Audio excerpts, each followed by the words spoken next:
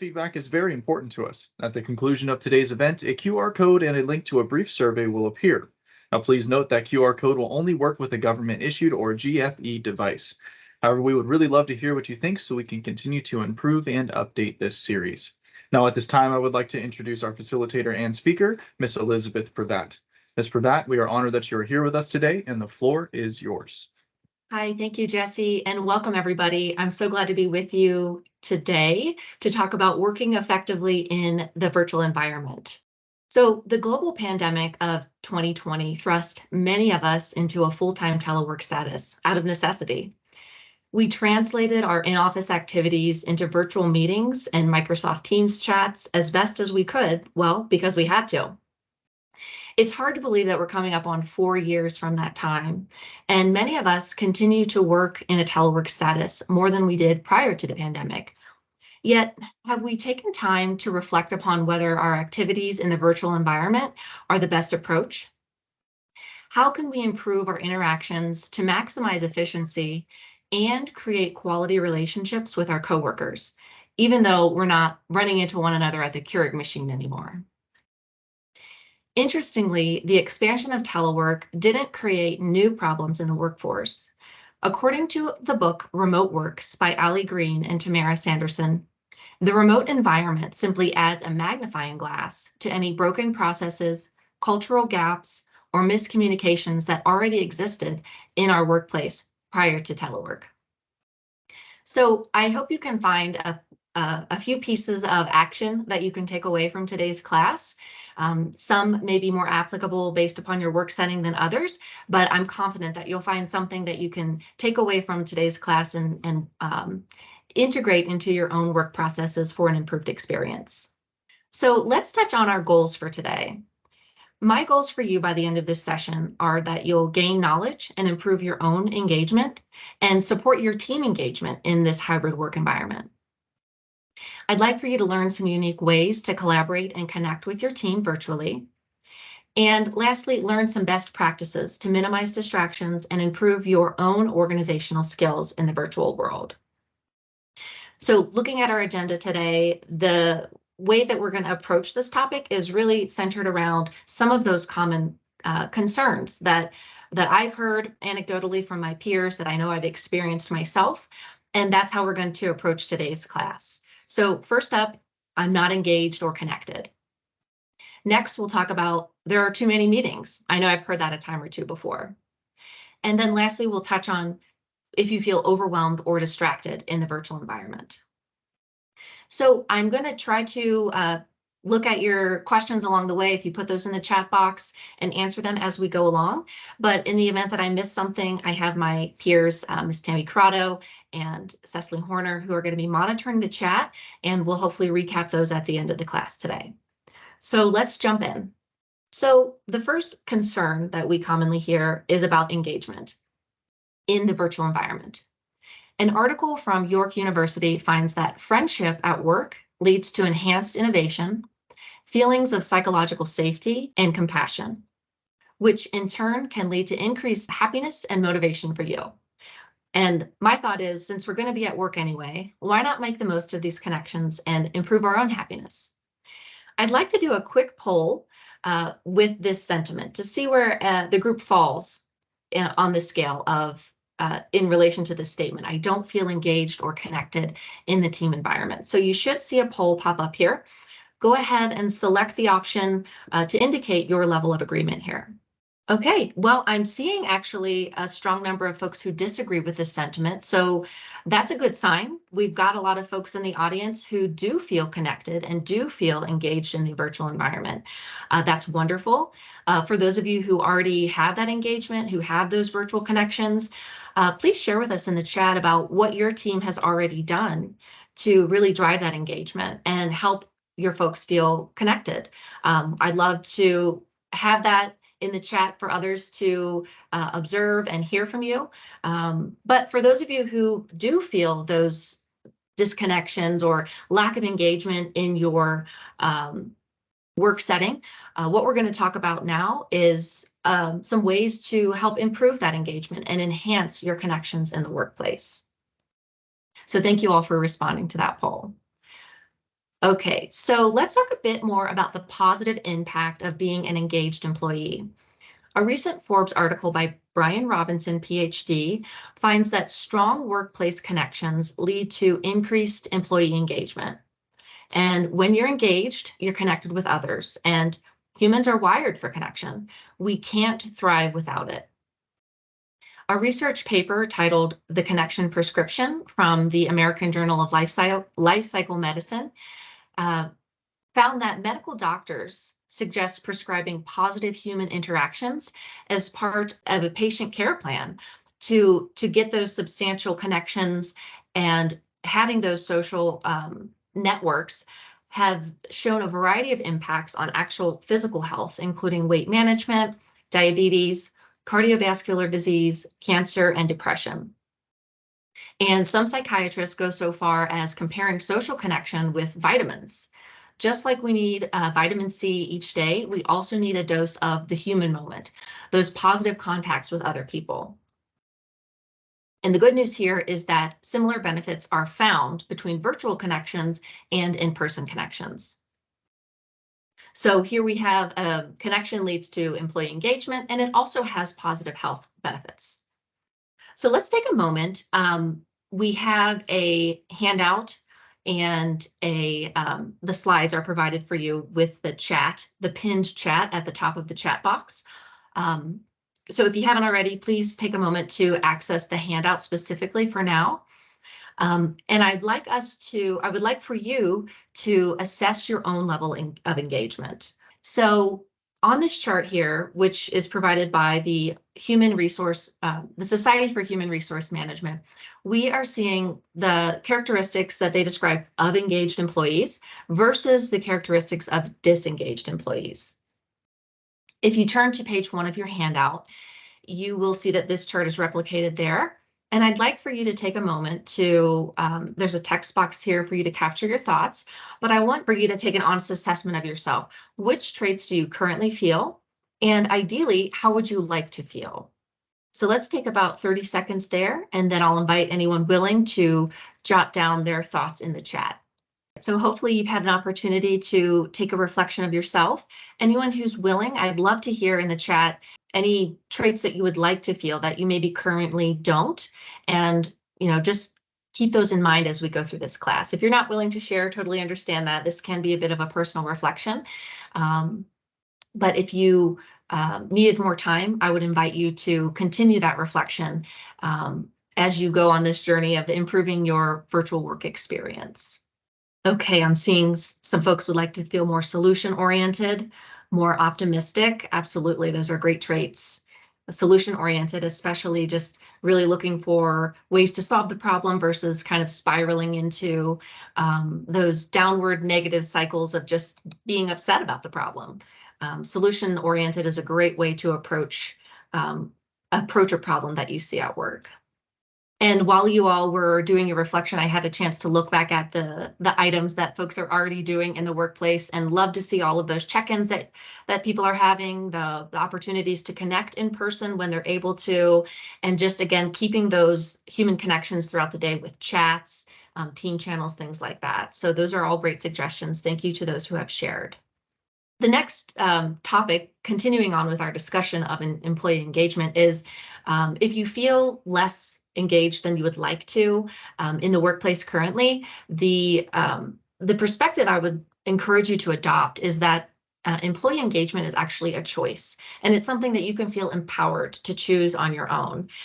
There's an article from Gallup that I've linked for you in the handout, and it has a lot of good step-by-step instructions, some more detailed ways to assess your own engagement and ways that you can grow your engagement.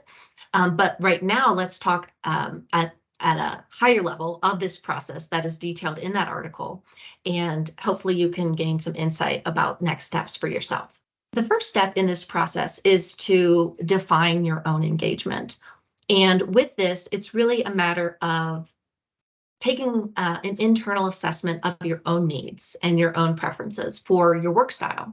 So first, you're going to want to look at your workday and identify the most and the least engaging moments within your workday, along with what leads up to those moments. Think about how you work best. what's your headspace, or what is your day looking like when you have those really strong, productive, successful days? Consider the habits, both good and bad, that contribute to or maybe chip away from your own engagement. The next step is to use your strengths to form positive engagement habits. So with your own strengths in mind, really focus in on what you do well naturally and ways that you can embed those strong habits of your own into your workday. So I'll share a personal example from my own experience. When I was on the training staff with compensation service, I was really interested in learning Microsoft Excel. I got familiar with a couple of key functions within that system, the formulas and manipulating data to get the answers that we need. And I really enjoyed that work. And I shared with my peers that I'm become efficient at this program. I like working with it. And with sharing that, I was able to, that information became widely known amongst my peers. And with that, I had a lot of peers coming to me, asking for support, asking for guidance about using this program. And so that me sharing my own strength allowed me to connect in a greater way with my peers. I felt like I was able to help them and assist them and support them. And I was therefore feeling more engaged throughout that process. So think on what your strengths might be and how you can embed those and share those strengths with your peers to create those connections in your workplace. Your next step here is to build an action plan for yourself.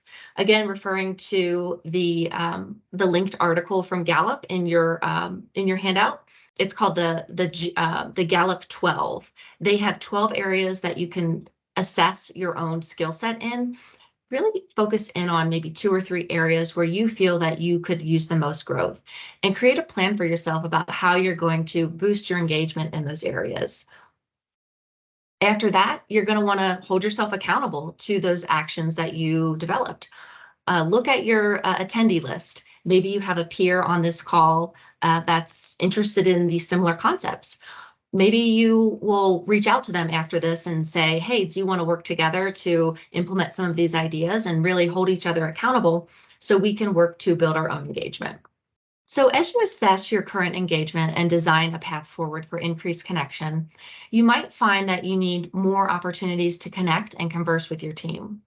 According to the Harvard Business Review, when employees don't work together in close quarters, they get less feedback and guidance from coworkers. After all, we don't run into one another at the coffee pot during telework. And in the in-person environment, we used to exchange pleasantries during those run-ins.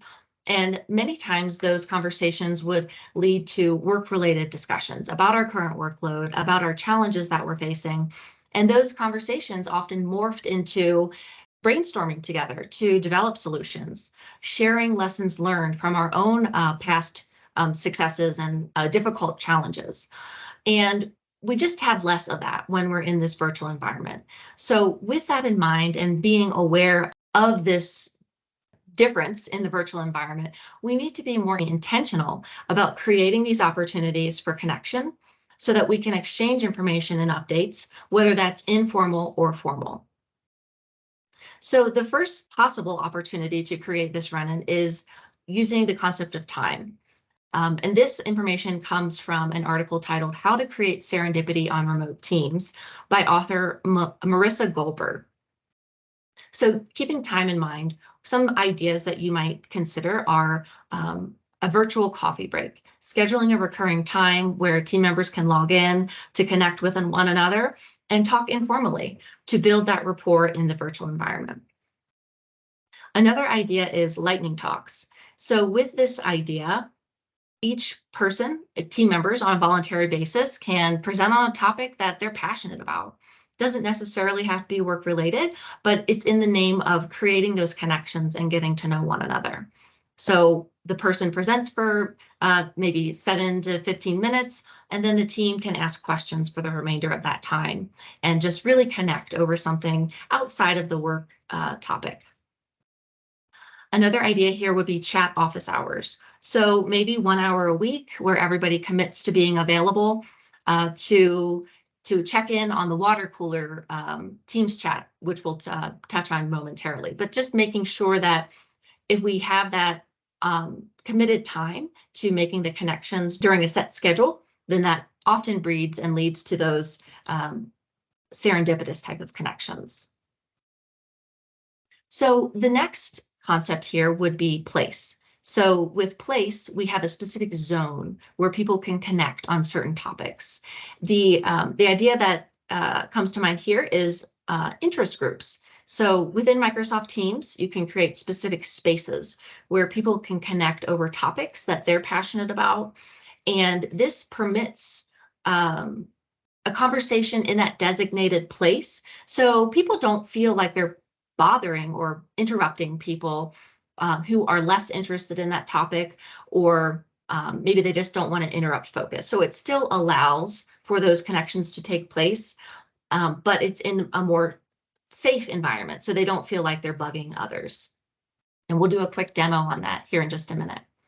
And then the next area to recreate the coffee pot run-in would be an opportunity. So something that comes to mind for this element is the meeting after the meeting. So maybe your team just held an important briefing with a senior leader or an external stakeholder. Well, it goes a long way for team rapport and team building if you have a opportunity and a space to really take a breath together after that stressful meeting, or you feel really accomplished. You want to celebrate that. So you can get together after the meeting at an agreed upon time frame. You can just take a breather, you can celebrate, and you can eventually, if you develop a strong working relationship with your teammates, you can give one another constructive feedback. And that constructive feedback really pushes everybody to grow and become better at what we're all trying to do here. So I would encourage you to explore if there's any opportunities for a meeting after the meeting, so to speak, in your workday. And then the last thing that I'll say about these options are that they should be optional, they should be regular, and in general, they should not be centered around the everyday work. So optional because some weeks we have capacity for these types of activities, and other weeks we just maybe don't have the mental capacity, or our schedule's just booked. So when we have the chance, they should be available to us, which is why they should be regular. So to create momentum around these actions, there should be that recurring cadence, so people can count on these activities to be happening when they are available to engage. And then lastly, they shouldn't center around the work. They may have some shoot-offs, like I mentioned, the meeting after the meeting, but work should not be the main source of these connections. So thinking back to the in-office days, you weren't headed to the coffee pot simply to talk about work. You were there to get coffee, and you just happened to run into somebody and you sparked a conversation. So that's the approach that I would encourage here. So with that, I am going to share my screen and do a quick Teams demonstration about some of the concepts that we talked about. Okay, so the first item that I would like to point out is I've created a demonstration team just for this demonstration. And what I think would be, if you're considering maybe making Microsoft Teams interest groups, ideally you could have an entire team dedicated to that function, and then your channels within that group could be various groups. So in this example, though, I've got a coffee break channel here where people can connect about non-work related things. And the first thing I want to point out here is when we are working in the posts feature of a Microsoft Teams, this is different from the chat feature, which I think many of us are, that's what we use on a daily basis to connect and communicate. But when we're working in the post environment, it works best if, instead of creating a new conversation for anything you want to add, if you instead reply to an existing thread. So for example, here we've got a discussion here about the NFL, about football, and the conversation was started off by me, and then I had a couple of replies to that. So ideally, you're not creating a new conversation every time. You're keeping the conversation consolidated based upon the topic. And that just helps things stay organized and helps people, again, find that information that they're looking for. And then the other thing you'll note about this is that we have created tag groups. And I think it's helpful whenever you are posting in a Microsoft Teams channel that you use the tagging function. So that will draw attention to participants who are the information may be applicable to, that they know to check in the team when they have the opportunity. So in this particular example, if you are the owner of the team, you can click on the 3 dots here and then manage tags. And that will enable you to create various tags based upon, again, if you're going with interest groups, you can create those based upon whatever the team might have an appetite for. So this one is about football. We have a title and a description so people know what the group is all about. And that just, again, helps draw attention to the group that a conversation is going on. So that is the first demonstration I wanted to share. And with that, we will go back to the slides. Okay, so let's move on at this point to another common concern that we see in the workplace is that there's just too many meetings. Once again, I'd like to do a poll here to see what are your thoughts here? How do you feel about the meeting cadence? So what are your thoughts? Too many meetings, just right, or not enough? And then again, just be sure to click submit once you have entered your response. So I'm seeing a lot of sentiment that there are just too many meetings. And that's my thought as well. And I know that many of us, especially when we first went into full-time telework after the pandemic, our Outlook calendars were just booked back to back. So in this segment, we will cover what meetings are actually useful for and how to collaborate asynchronously to alleviate some of those unnecessary meetings, along with a demonstration of some of the asynchronous collaboration tools that we all have access to. So according to Marissa Goldberg, founder of Remote Work Prep, a meeting is best for relationship building and speed. Speed because we're instantly talking with one another. We can get all of our questions answered right then and there. We can get in the same room and just hash things out and move forward. So some examples for when this situation would be applicable would be delegating a complex task among team members. So getting everybody in the same room, talking through the details to get everyone on the same page, and then disperse our separate ways so everyone can get their individual tasks accomplished. The next scenario that comes to mind here is when we need to reach a consensus as a group after we've had maybe we've gone back and forth asynchronously debating information or what's the best path forward. At that point, it's best to just pull everybody together, have a discussion of the issue, and move on from there. The next scenario would be for relationship building, because we're all human and we like that connection. We like to see each other's faces.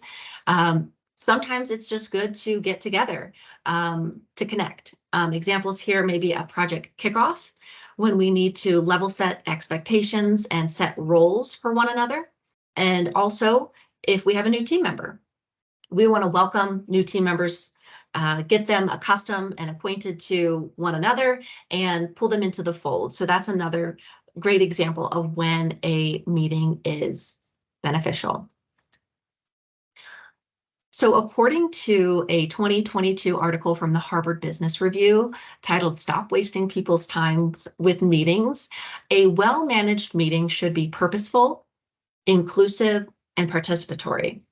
So purposeful, meaning that there's a clear reason for gathering the participants together, and that reason has been communicated to participants in advance of the meeting. This allows participants to prepare for the meeting and gather any information that they may need to feel confident going into that setting. It should be inclusive. so that the individuals that you invited to the meeting are actually part of the intended audience. If the meeting is to make a key decision, be sure that all of the key decision makers are invited and available. And lastly, the meeting should be participatory. Meeting attendees should have something to contribute to the meeting or something to gain from the content that's being shared. So if it's not relationship building or speed, many cases the work could probably be accomplished asynchronously. And if you regularly participate in meetings where these scenarios aren't the case, there might be another meeting, such as I know many of us maybe work with contracts, and sometimes meetings are mandated by contract. So that might be a different scenario. But if that's not the case, consider if there's any type of feedback mechanism that you can provide to the meeting organizer, and have a conversation about if there's any way to move some of this meeting time to an asynchronous type of approach. So let's move on to talk a bit more about asynchronous communication. What is it when we say asynchronous communication? So this is when two or more communicators are not participating simultaneously. And again, referring back to the book titled Remote Works, the real benefit of asynchronous communication is the ability to respond later, which is more so about the process and boundary setting rather than the tool used for getting that asynchronous communication work accomplished. So let's talk about some of the benefits of asynchronous communication for individuals, teams, and companies.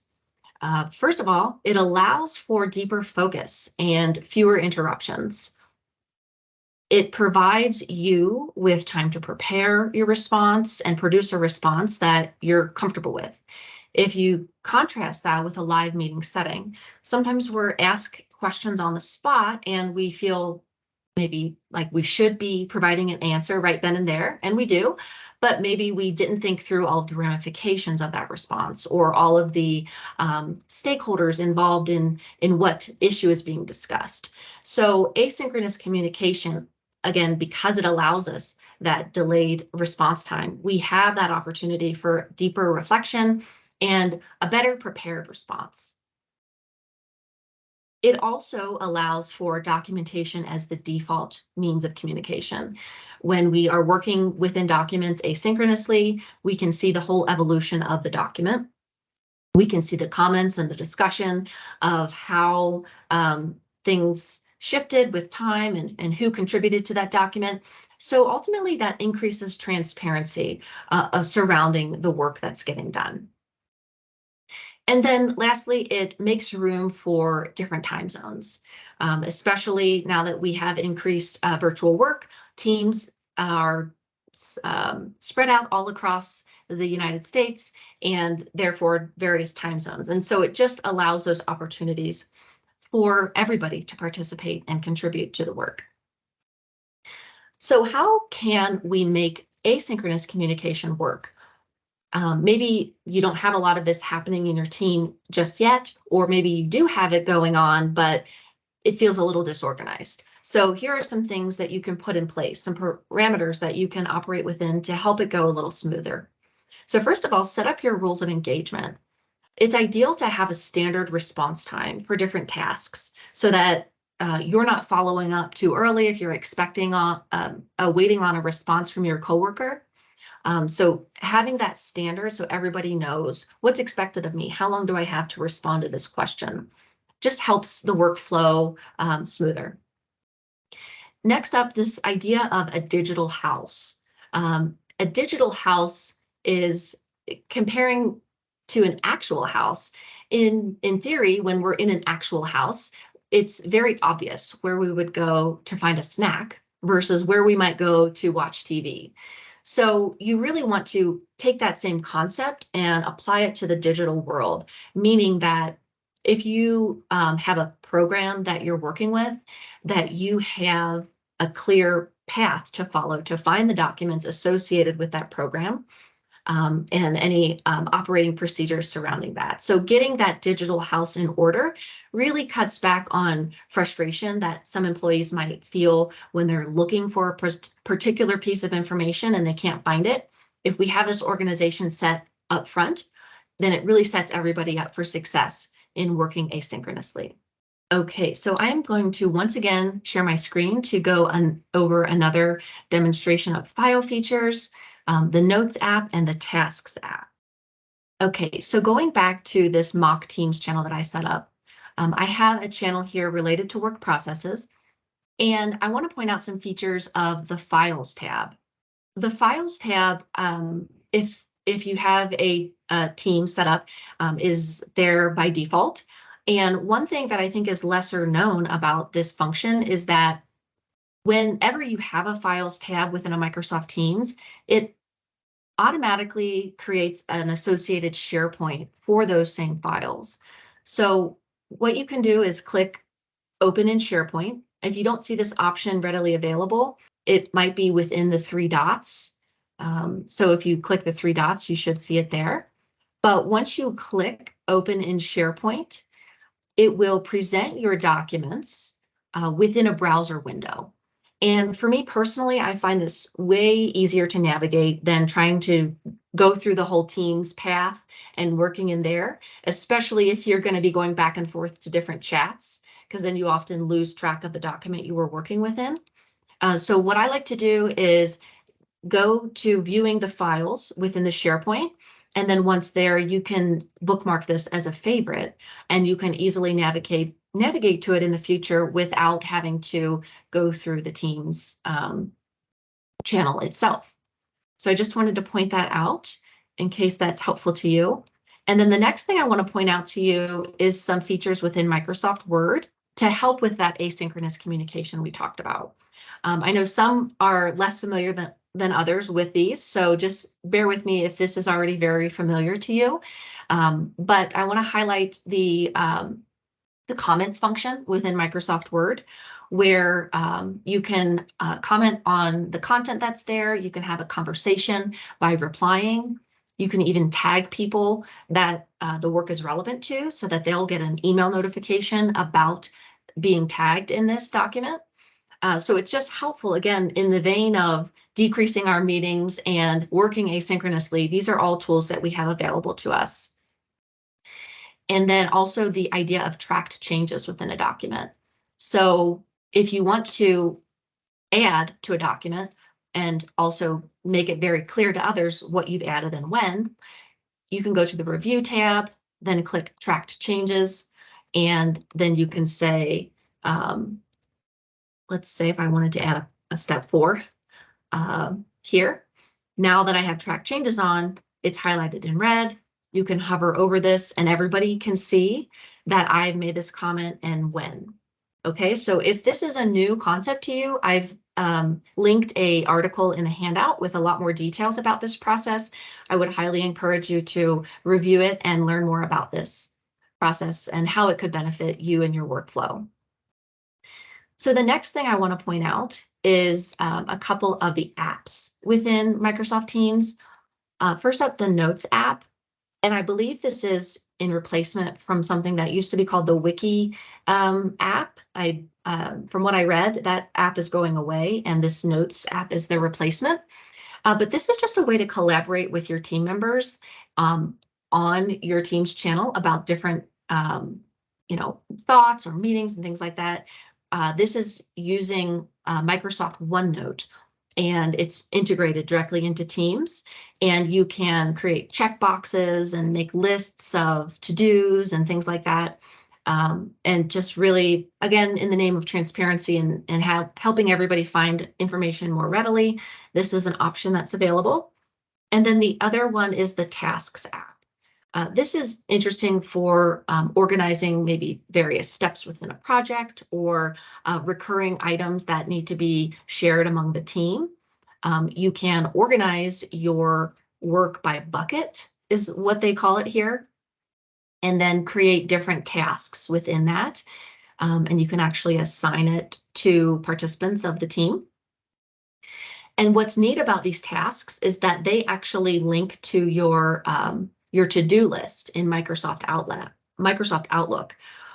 If you haven't noticed it, probably about a month or so ago, Outlook introduced a big blue check mark on the left-hand column of your inbox, and that's your to-do list. So these items are actually going to be linked to that to-do list if you go ahead and integrate it. So the one thing that I will share with anytime you're considering adding new technology into your processes or new tools into your process, really don't just add tools for the sake of adding tools. Look at what is the problem that you're trying to solve? What is the work process that you're working with that needs to be organized or needs to be coordinated?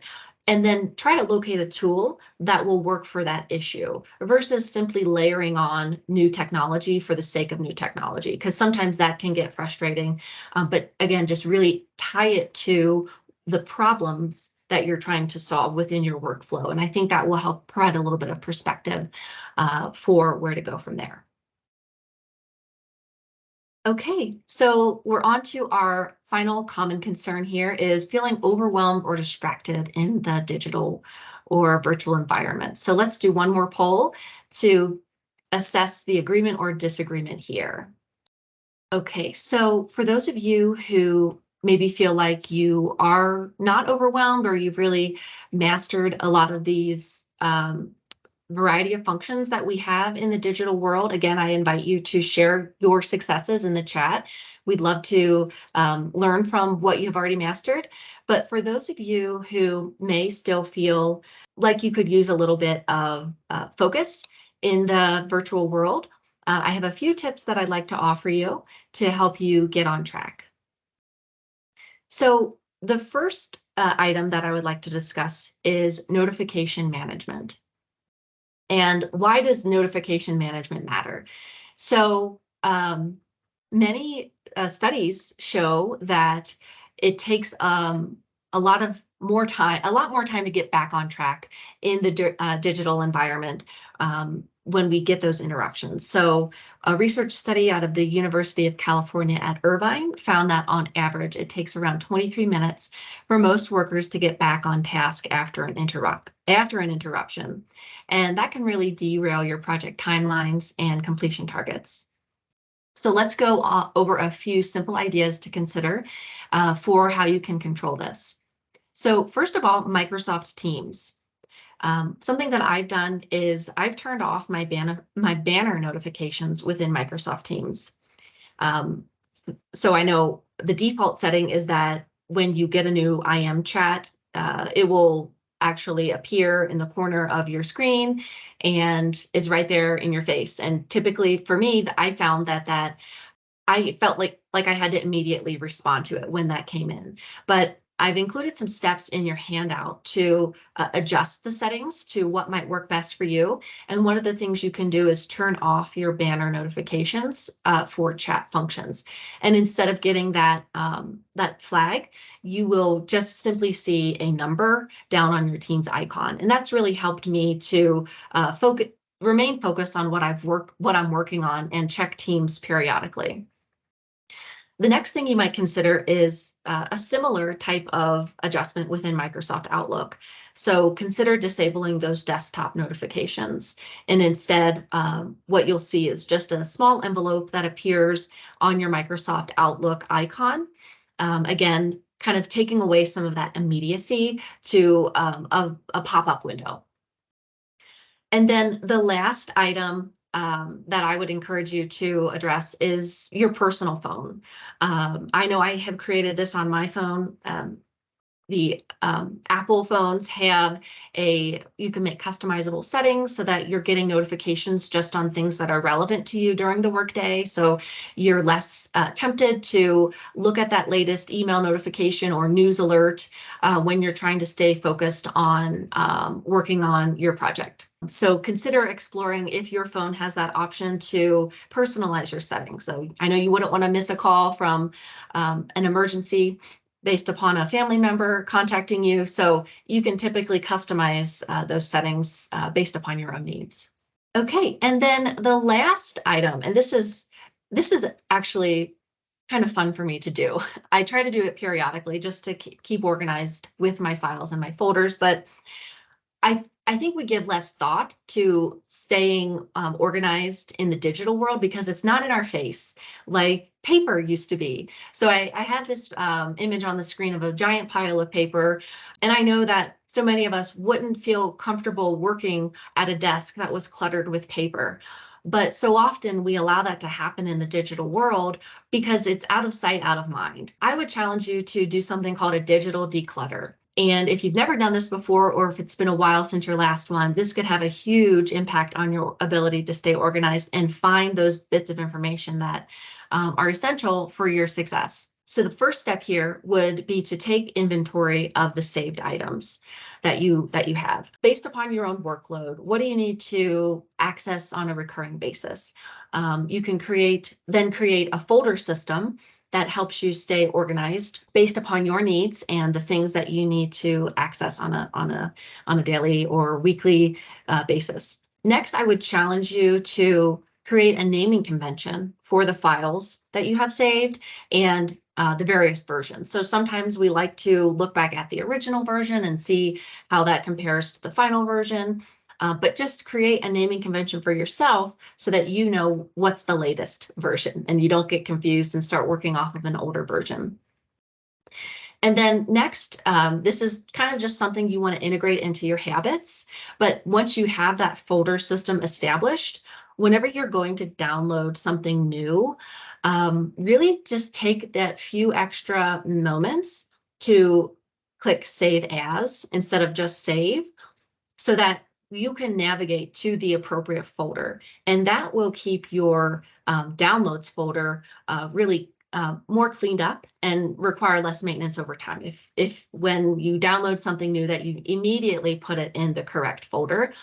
I know I'm guilty of just using the downloads folder or even the desktop itself, just because it feels simple and more in your face for me to find later. But then ultimately that ends up with a desktop that's cluttered with things and has no organization. So something to consider doing for your own files. And then next up, we have a similar process that we can put in place for our shared drives and our SharePoint sites. So this might require some coordination with your team and your leadership, but having this digital declutter take place for these shared sites, again, just helps you navigate that. Again, going back to that digital house, it helps you get your house in order so that you can find information readily and not have to. I know I myself have been very frustrated trying to locate things, and I was like, I know it was here last week. I don't know where it is today. So if you have those organizational hierarchies implemented, it's a lot easier to navigate through. And the other area where you could consider doing some digital decluttering would be for your internet browsers and your favorites, your bookmarks, and then the tabs. I know I'm guilty of having maybe 15 tabs open at once, and it gets a little overwhelming at times. So just taking that time at the end of the day to close all the tabs that you don't need, periodically reviewing what you have saved as favorites so that you can get to the things you actually need efficiently, or even creating folders within your favorites. That's been the most helpful thing for me, is to create folders so I don't have to delete things because I worry that I might need to find it again in the future. But if you create a folder system for your favorites, that will help you navigate to things more easily. And the last thing I'll touch on here is the love it or hate it, the Outlook inbox. I know we, depending upon your position, the volume of your email might be much more manageable. But if you are in a position where you are just constantly inundated with messages in your Outlook inbox, it is essential for your success that you have a system in place to make sure you read and review things timely, respond as needed, or delegate if that's an option for you. But whatever you do, simply don't just ignore it, because they will pile up. They'll just keep coming in, and at some point you'll have to face it. So my suggestion is to take these items of the digital declutter, apply that to your inbox, create a folder system, create just be more proactive with your filing. And once you get on top of things, it's a lot more easy to manage as new things come in. So again, the handout has an article, links to an article from where I got a lot of this digital declutter ideas from. So if you want to read more about that and some other areas that you could potentially declutter, I would suggest that you look into that. So that's all for digital declutter. And that actually brings us to our summary for today. And just want to recap what we touched on today. We talked about your own engagement and growing that with your team members. We talked about collaborating and connecting virtually and asynchronously. And then lastly, we talked about some new practices to minimize distractions in the workplace. So with that, I would like to check in with my teammates to see if there were any questions that I can answer now. Tammy, was there any questions that I can answer now that the group had? See, a demo on how to get to SharePoint. It looks like everybody was really teaming up in the chat to help one another out, so we may have gotten that one answered. Okay, So perfect. thank you all for helping each other with that. Okay, wonderful. Well, thank you for helping one another. And what I referenced in the SharePoint earlier was in your Teams channel.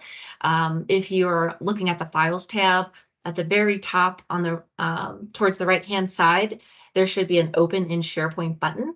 And if it's not there by default, if you click the three dots, it should be there in a drop-down menu, and that will enable you to view your files in a SharePoint setting. So I hope that's helpful. Cecily, was there anything that you needed to add? I saw a question in here from one of my good friends, old friends from Seattle, Miss Skrinsky, asking about receiving emails that are not spam, but we no longer want those to come to our work email. Is there a way to stop those from coming in? And I do see that somebody else, Mr. Van Galen, went ahead and responded to that. So I think we're good to go with the pending questions. Excellent. All right, thank you. I'm a huge fan of the unsubscribe feature at the bottom of an email. I know I get some solicitations from companies and things like that. So always look out for that unsubscribe button within the email as well, so you can get off those corporate mailing lists.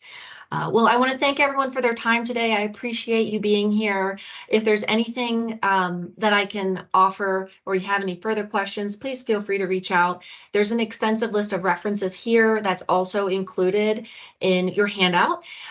So I hope you were able to take something away from this course today. And there's my contact information if you'd like to reach out. You can also reach out on LinkedIn. We can connect there. We do have an evaluation. I would love to hear your input from this lesson today. And if you have any ideas on future seed sessions, I am more than willing to hear your ideas or thoughts on what you would like to see, topics you would be interested in learning about in the future. Please go ahead and fill out that form.